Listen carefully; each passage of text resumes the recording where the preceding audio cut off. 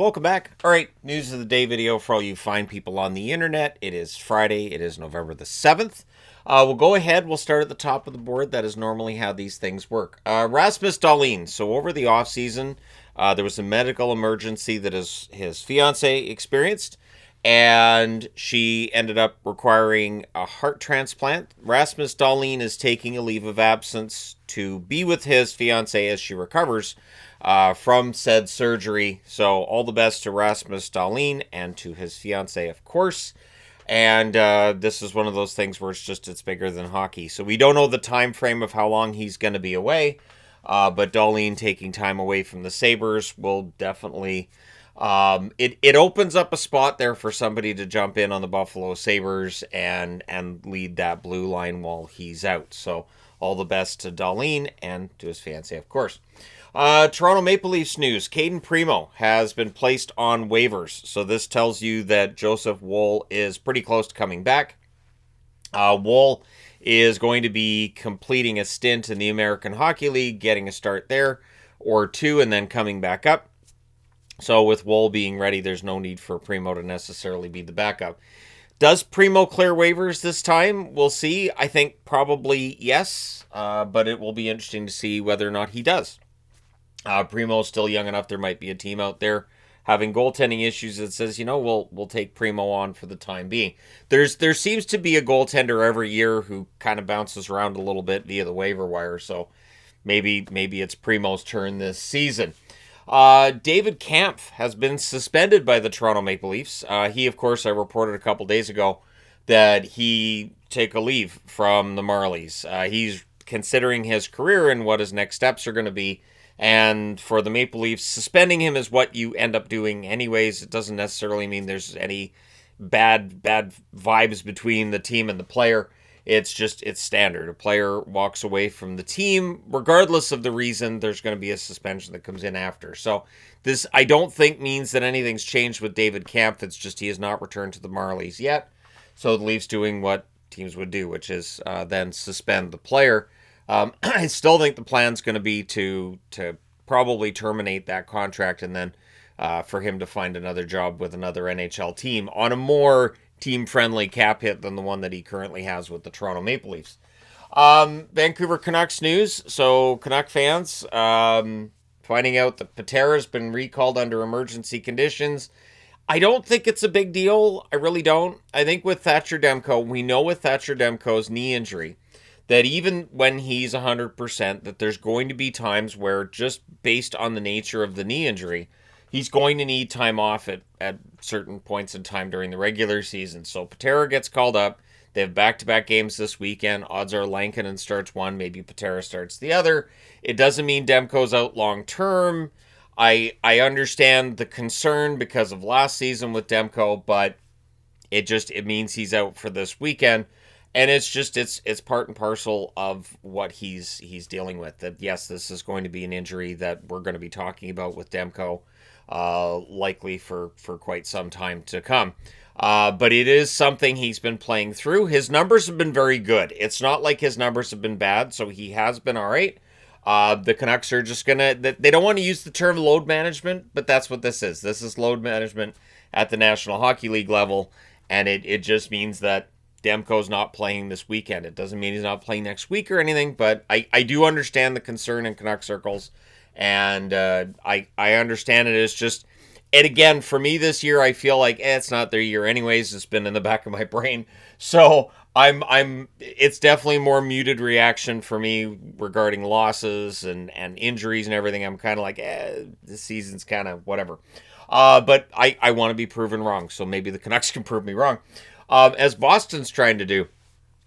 Hallander of the Pittsburgh Penguins, he's out at least 3 months due to a blood clot in his leg.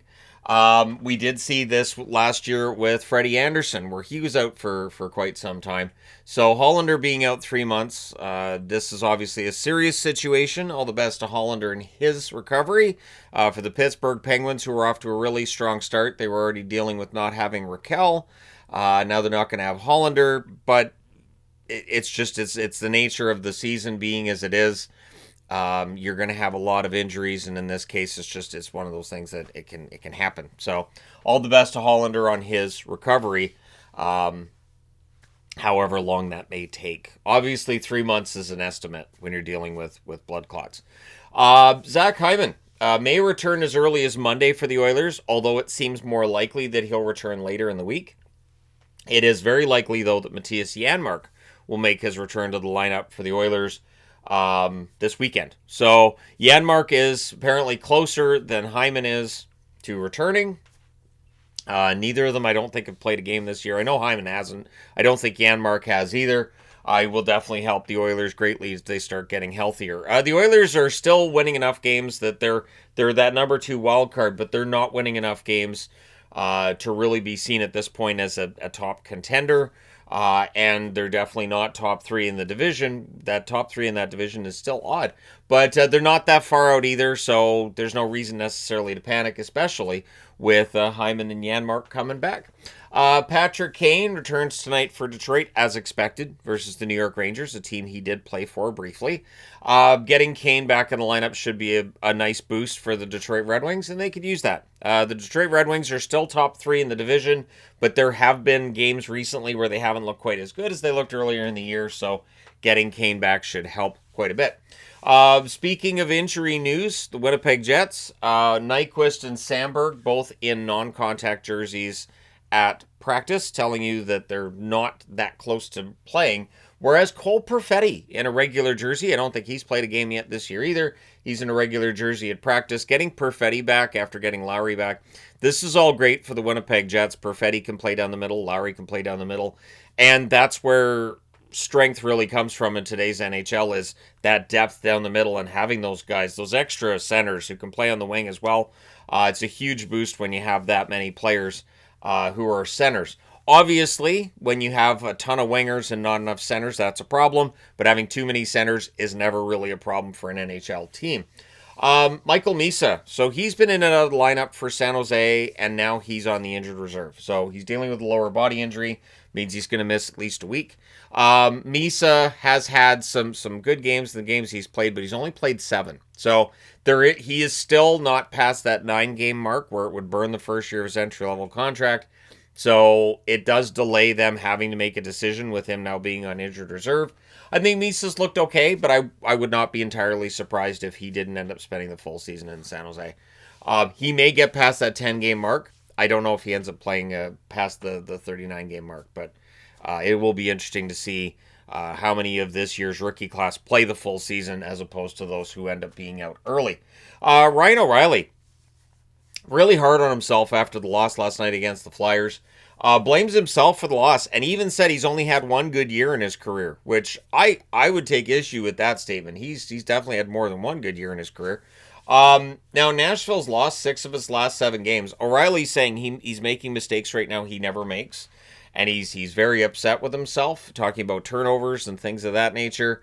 I think he's being a little bit too hard on himself. I think the reality is that Nashville as a team, not very likely to be a playoff team in 2026 anyways, so you kind of have to, keep that in mind. But I do understand that competitive nature. I do understand, too, that looking at plays and saying, I messed that up, that was on me, that is taking ownership in a way that I wish more players did.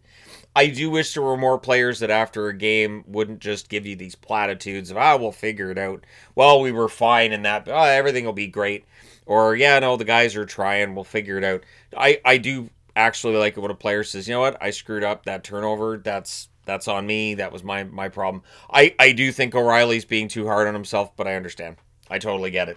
So, it will be interesting to see what Nashville does as the season rolls along, and they're probably going to fall further off the pace when it comes to the playoffs. And then they've got some veterans. They'd have some decisions to make. I've already seen people talking about Stamkos.